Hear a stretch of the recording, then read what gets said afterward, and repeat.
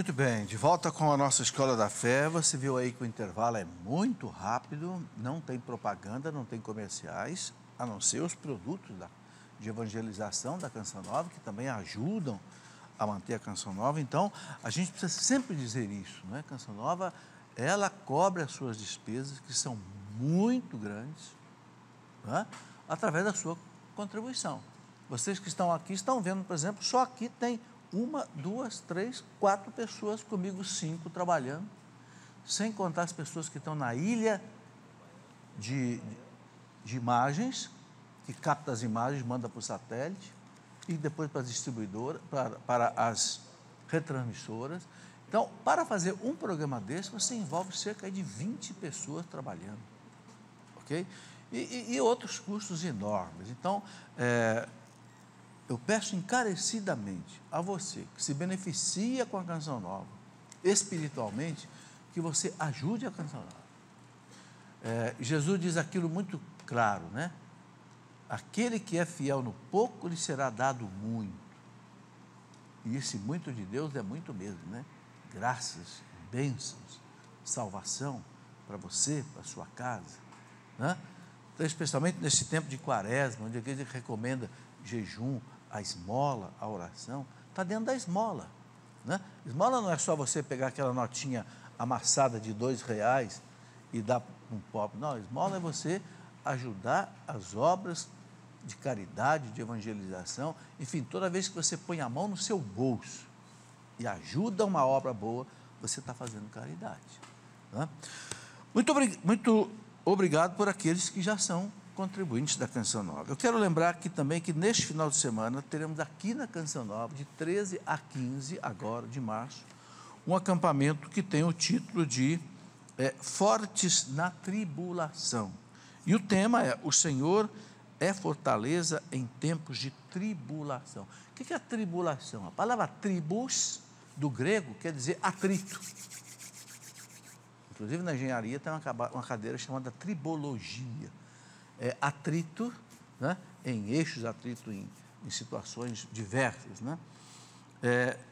As tribulações da vida, os problemas, as tentações, né?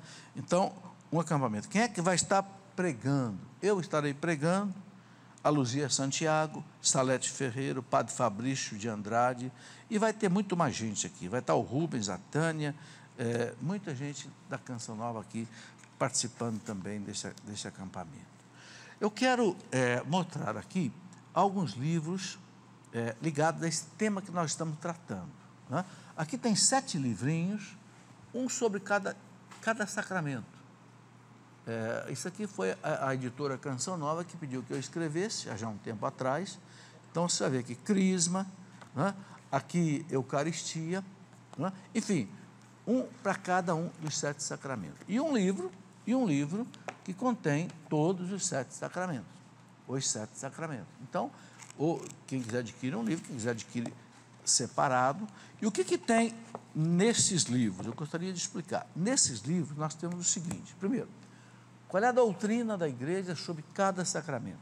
Segundo, como é que o sacramento deve ser celebrado? Ou seja, o que o Código de Direito Canônico da igreja, que é o que rege a vida da igreja, e o catecismo da igreja, mandam para cada sacramento, ok? E terceiro, qual é o rito de celebração de cada sacramento? Então, tem isso nesses livros aqui, ok? Bom, estamos vivendo o tempo de quaresma.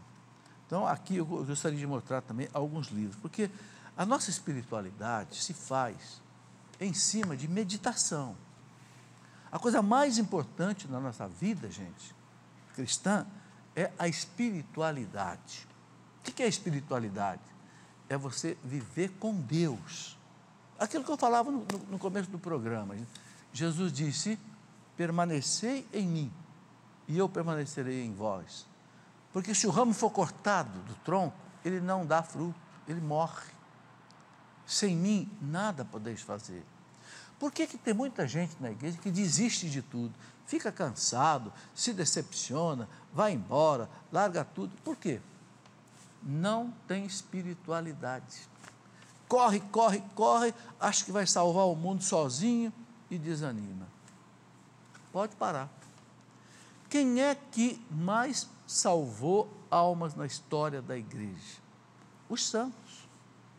Por quê? Porque tinham espiritualidade. Quem foram as pessoas que fizeram maiores obras na vida da igreja? Os santos. São João Bosco, fundou o Salesiano. São Francisco, os franciscanos. São Camilo, os camilianos. Santo Inácio de Loyola, os jesuítas, não é? Por quê? Porque eles tinham espiritualidade. Onde é que está o segredo? É muito importante entender esse segredo. O segredo está no seguinte: nós não temos nada para dar para ninguém. Nós somos criaturas. Quem tem alguma coisa para dar para alguém é Deus. E Deus, então, dá através de nós. Mas Deus só pode dar alguma coisa através de nós se a gente estiver cheio de Deus. Você entende? Isso chama-se espiritualidade.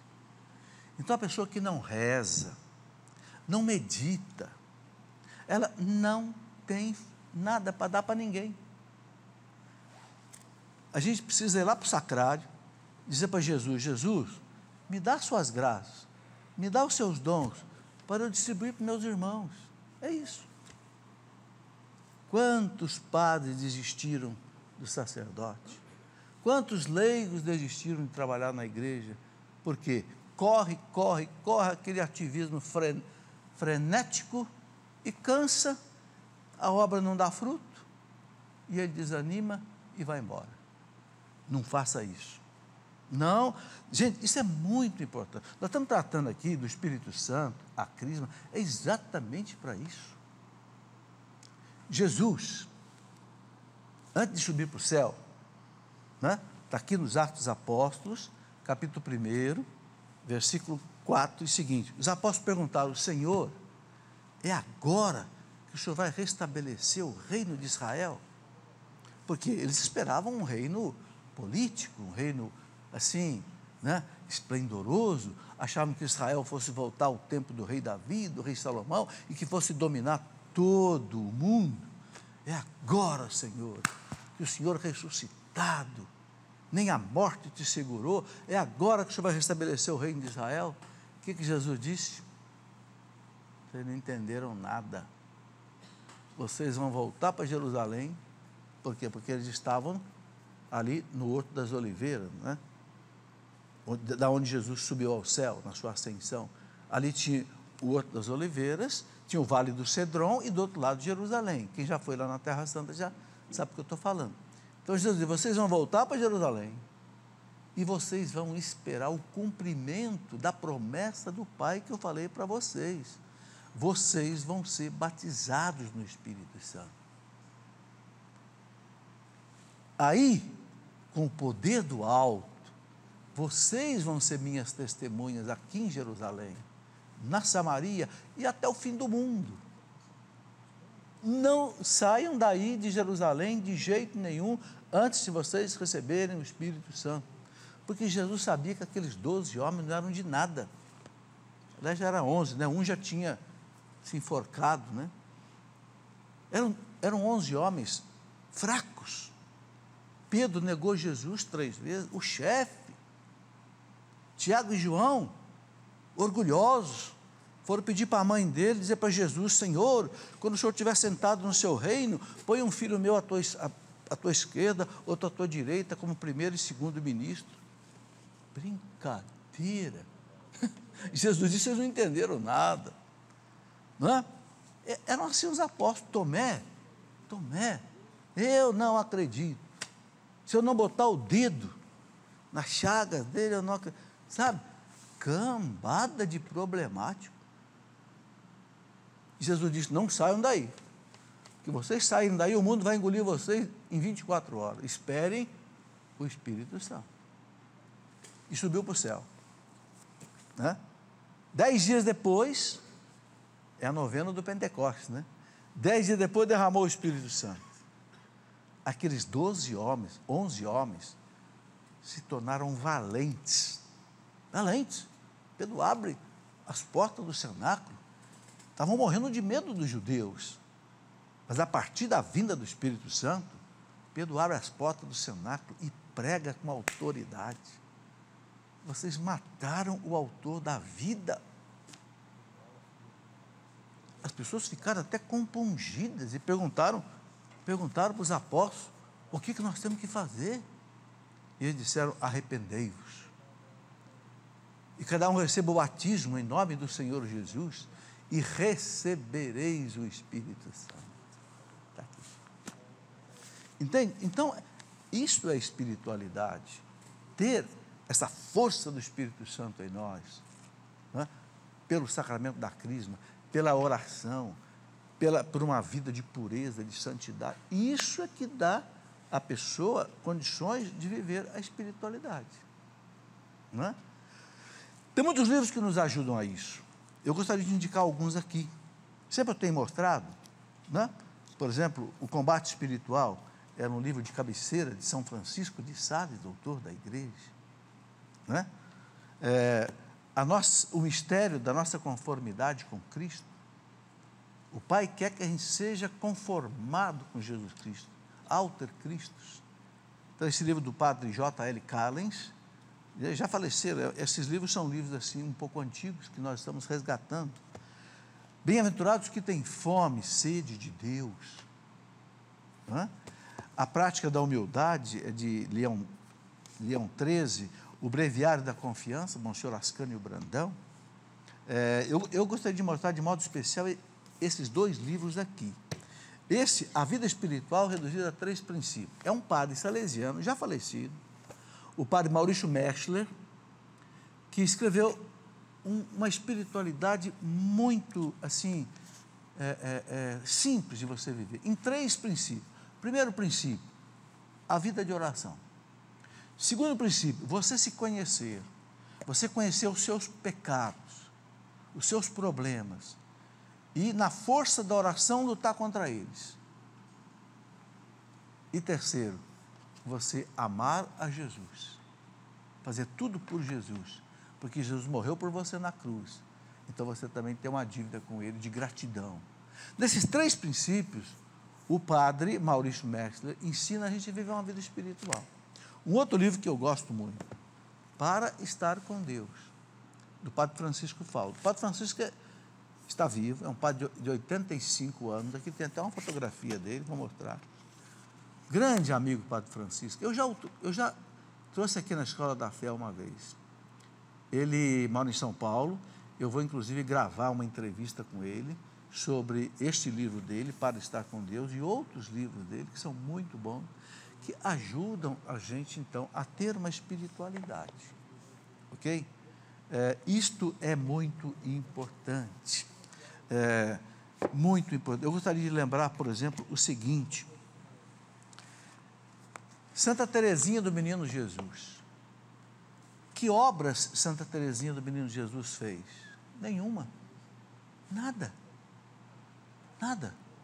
Entrou no Carmelo com 15 anos de idade, no Carmelo de Lisieux, morreu com 24, nunca saiu do Carmelo, nunca fez uma palestra para ninguém, a não ser para as noviças ali. Escreveu um livrinho, História de uma Alma, que foi obrigada a escrever pela Madre Superiora. E quem é que não conhece Santa Teresinha? O Papa João Paulo II a proclamou doutora da Igreja. Eu levei um susto. Eu digo, Santo Padre, que Santo Agostinho, Santo Tomás de Aquino, Santo Alberto Magno, Santo Anselmo, Santo Afonso de Ligório sejam doutor da Igreja, tudo bem, mas Santa Teresinha não escreveu nada, não fundou congregação nenhuma. Mas por que doutora da Igreja? Que o Papa disse, porque foi uma das maiores santas dos tempos modernos. Revolucionou o mundo, sem sair do Carmelo. Por quê? Porque tinha vida espiritual. Uma das falas de Santa Teresinha é essa: Deus não quer as nossas obras, Deus quer o nosso coração. Quando você entrega o coração para Deus, Deus faz as obras dele através de você. Porque você não pode fazer a obra de Deus, tem que ser Ele fazer através de você. Por que Jesus diz assim? É uma frase de Jesus que muitas pessoas não entendem. Jesus diz assim, olha, depois que vocês tiverem feito tudo que tiver de fazer, diga assim, somos servos inúteis. Nossa, dá a impressão que Jesus está avacalhando com a gente, né? chamando de servo inútil. O que Jesus quer dizer com isso? Jesus quer dizer o seguinte: sem mim, nada podeis fazer. O que adianta essa caneta aqui? Ela pode ser de ouro, mas se ela estiver aqui, não tiver uma mão e uma inteligência para segurar nessa caneta e escrever, para que serve essa caneta? Nada, inútil, está certo? Somos nós. Nós, sem Deus movendo a gente, nada pode fazer. É isso que Jesus quer dizer. É como, por exemplo, uma colher de pedreiro. Uma colher de pedreiro largada em cima da mesa, o que vale? Nada. Mas a colher de pedreiro na mão de um bom pedreiro, constrói uma casa. Está entendendo? E depois, se o pedreiro deixa a colher ali, a colher volta a não valer nada. Mas na mão dele. Isso é a espiritualidade. É a gente viver em Deus, movido por Deus, pela graça de Deus. Aí tem que ter oração diária, tem que ter meditação. Por que a igreja obriga o clero, na primeira hora do dia e o dia inteiro, ler o ofício das horas, né? Por quê? É a oração oficial da igreja inteira, né? Porque para manter a alma unida a Deus. Então levantou de manhã as matinas, as laudes, depois a sexta, noa, né? Vésperas completas, até 9 horas da noite. Entende? E hoje nós leigos também podemos, é fácil, quem tem, por exemplo, o iPhone tem um aplicativo que você pode baixar, a liturgia das horas. Às vezes eu acordo de madrugada, 3 horas da manhã, né? A gente que é velho acorda de noite, né?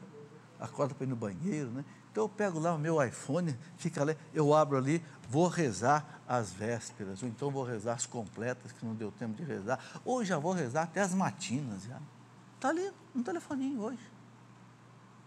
Então a gente mantém a alma aquecida por Deus, né?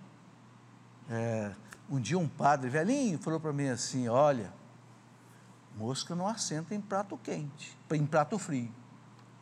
Mosca assenta em prato frio. Né? A tentação, o pecado, as moscas assentam quando o prato esfriou, quando a alma esfriou. Então, esses livros todos, a meditação da Bíblia, da liturgia das horas, dos livros, tem que ser todo dia. Você não almoça e janta todo dia? Não toma café todo dia? É o alimento do corpo. A alma também tem que ser alimentada. Entende? É isso aí. Vamos continuar. Não se preocupe de eu estar andando devagar aqui com a nossa matéria não, viu, gente? Porque a gente tem um ano inteiro para trabalhar os sacramentos. Eu prefiro ir intercalando com essas reflexões que ajudam a gente a caminhar, né? São Paulo fala então que a cura das doenças, no mesmo Espírito, pode passar. Aí ele diz, há outro, o dom de milagres. Sim, dom de milagres. Milagre é aquilo que só Deus pode realizar. Quantos santos e santas, e também hoje, gente que reza e milagres acontecem, né? Há outro, a profecia. O que é a profecia? A profecia é aquele que fala em nome de Deus. O profeta, não pense que o profeta é aquele que prevê o futuro. Às vezes, mas a profecia, o profeta mesmo, é aquele que fala em nome de Deus. Né? Vimos aí quantos profetas no Antigo Testamento que falam em nome de Deus. Então, toda pessoa que é inspirada por Deus e que transmite a palavra de Deus de maneira inspirada pelo Espírito Santo, é um profeta. Então, o Espírito Santo dá a certas pessoas esse dom. Né? Numa comunidade, por exemplo, a comunidade com um problema, de repente alguém se levanta e diz uma palavra de profecia, uma palavra de esclarecimento, de exortação. Claro que tudo tem que ser discernido, né? Mas é um dom do Espírito Santo. A outra variedade das línguas, o dom das línguas, né? Tão comum, tão conhecido, quem acompanha a Canção Nova vai ver tudo. São Paulo explica detalhadamente o dom das línguas no capítulo 14 da carta aos Coríntios, da primeira carta. São Paulo diz, o dom das línguas, ele diz assim, ele chama de a linguagem dos anjos. Não é língua aí, não quer dizer simplesmente a pessoa que é brasileira, de repente começar a orar em inglês, ou francês, ou árabe, não. Não, é um linguajar estranho. Essa pessoa não entende. Começa a louvar a Deus, falta palavras para louvar a majestade, a grandeza de Deus. Então, há um louvor em língua, uma expressão que a pessoa não entende. São Paulo fala, não entende o que está falando. São Paulo diz, quem ora em línguas não entende o que está falando. Às vezes, há a interpretação. Então, um outro dom do Espírito Santo está ali, olha, a interpretação das línguas. Alguém que na comunidade tem a inspiração de Deus para captar o sentido daquela oração em línguas e comunica para a comunidade. Olha, Deus está nos falando isso. Às vezes a interpretação vem por uma leitura da Bíblia. Enfim, São Paulo diz, o Espírito Santo sopra onde quer, como quer. Agora, a gente sabe que houve muitos problemas na renovação carismática católica, sobretudo no começo, por falta de orientação, por falta de discernimento. Então, o que a igreja nos ensina? Quem tem o discernimento dos carismas não é o carismático, é a hierarquia da igreja. Quem tem o dom do discernimento é o magistério da igreja, o Papa e os bispos. Então, os pastores devem orientar o povo. São Paulo fala, não extinguir os carismas, não abafe, não mate os carismas, mas faça o discernimento, oriente o povo. Eu gosto muito, por exemplo, de ler as coisas escritas pelo Frei Raniero Cantalamessa, que é o pregador do Papa, é um homem que foi renovado pelo Espírito Santo, quando um grupo de leigos rezou por ele. Eu já contei o testemunho dele aqui,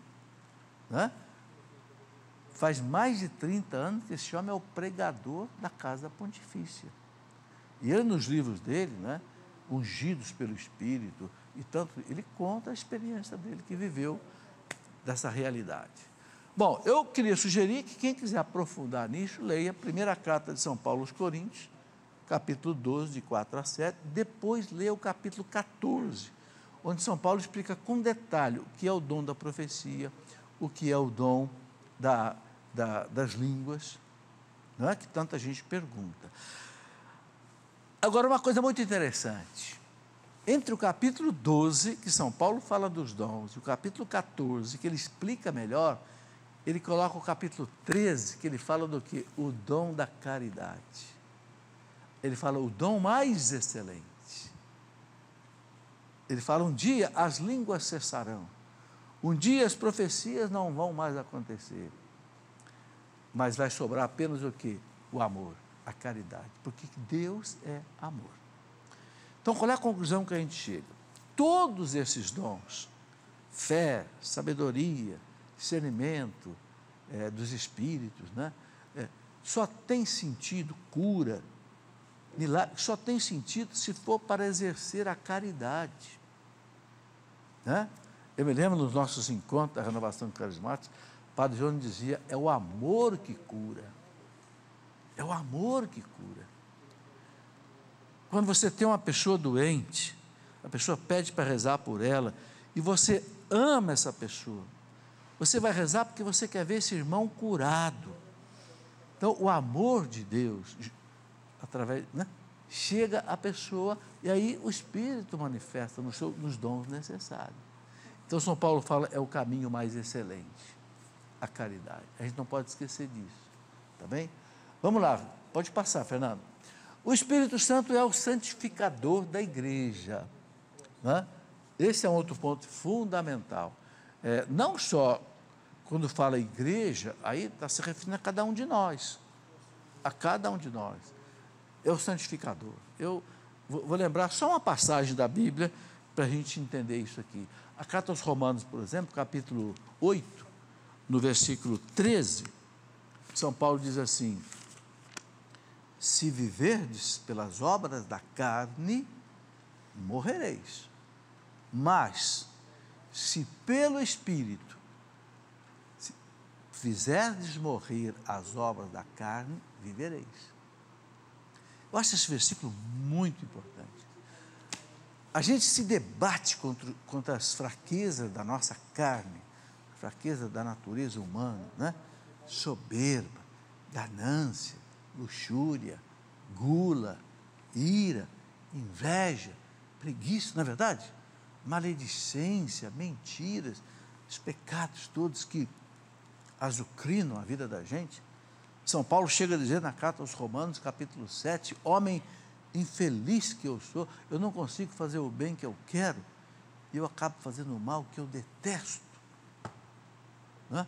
São Paulo sentia também o peso da fraqueza humana, mas aí ele mesmo diz, se pelo Espírito Santo você fizer morrer as obras da carne, ou seja, o pecado, então você vai viver.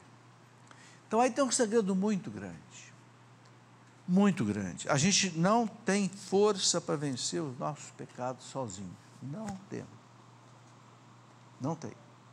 Temos que ter o socorro da graça de Deus, o auxílio da graça, e esse auxílio vem pelo poder do Espírito Santo.